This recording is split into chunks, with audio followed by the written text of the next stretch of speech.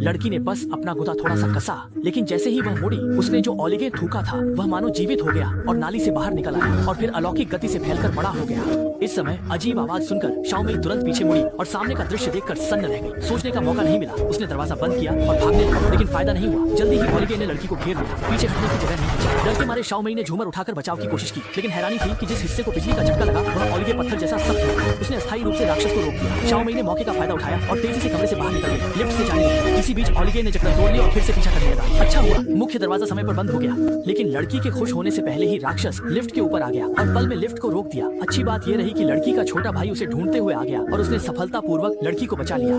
पिछली सुबह लड़की की सबसे अच्छी दोस्त छुई हुआ उसे कार में बिठाकर बाहर ले जाने वाली थी। दोनों को पता नहीं था कि यह जादुई ताकतों वाली रहस्यमयी कार है। इसी दौरान छुई हुआ ने अपने पूर्व प्रेमी दाशान को देखा, जिसने उसे धोखा दिया था, इसलिए वह कार से उसका पीछा करने लगी। जवाब मांगने के लिए छोटी मेई के समझाने पर महिला ने पीछा करने का इरादा छोड़ दिया, लेकिन किसे पता था कि छुई हुआ का पैर अचानक फंस गया और उसी वक्त एक्सीलरेटर फंस गया। हादसा न हो इसलिए महिला ने मजबूरी में कार को बिजली के खंभे से टकरा दिया। इसी दौरान कार में रहस्यमयी पदार्थ छोटी मेई के कप में गिर गया और महिला कार से उतर कर चली गई। उसी समय छुई हुआ हैरान थी। अचानक कार अपने आप स्टार्ट हो गई और सीधे समुद्र की ओर बढ़ने लगी। कार की रफ्तार बढ़ती गई तो महिला को किसी तरह कूदकर जान बचाने का तरीका सोचना पड़ा। उसने सफलतापूर्वक डिक्की खोल ली और कार के समुद्र में गिरने से पहले ही कूद गई। इधर इन सब से अनजान शाओमेई एक ड्रिंक की दुकान पर पहुंची, जहां कर्मचारी ने जल्दी से एक ड्रिंक बना दी। इंटरव्यू के लिए जल्दी में थी, इसलिए महिला ने वह ड्रिंक एक ही घूंट में पी ली और फिर इंटरव्यू के स्थान की ओर निकल गई। लेकिन जैसे ही वे काम के बारे में बात कर रही थी, अचानक शाओमेई की नाक से खून बहने लगा और खून भी अजीब तरह से काला हो गया। महिला जल्दी घर लौट आई